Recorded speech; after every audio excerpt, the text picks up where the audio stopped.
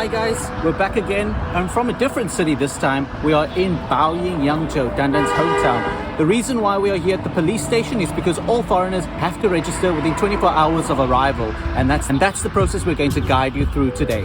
Alright, so stick around if this content is important to you. Like, follow and subscribe for more content like this if you're a foreigner or an expat in China.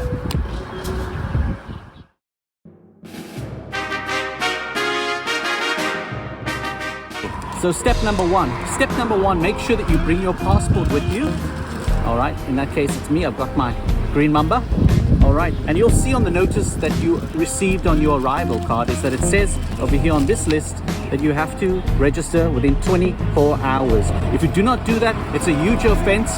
And not only that, it also ruins your future chances to renew your visa again if you plan to stay in China or visit China ever again. So this is something that's very important that you have to pay special attention to for all expats. There are no exceptions when it comes to different nationalities.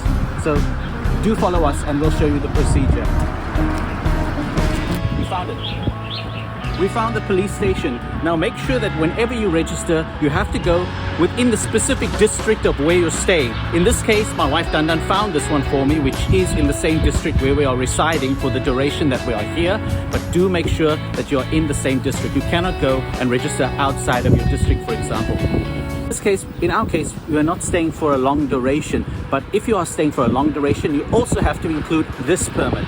Something called your home Dengji, or your residence, the residency. Usually it comes in the form of a book, but that's also essential to bring along with you so that they can merge your identity with that residence that you're staying at. And by the way, if you're staying at a hotel, you do not have to do this, so don't worry, because the hotel is supposed to do it for you. Luckily for Tier 1 city residents, it's a much easier process. Simply log into your WeChat app,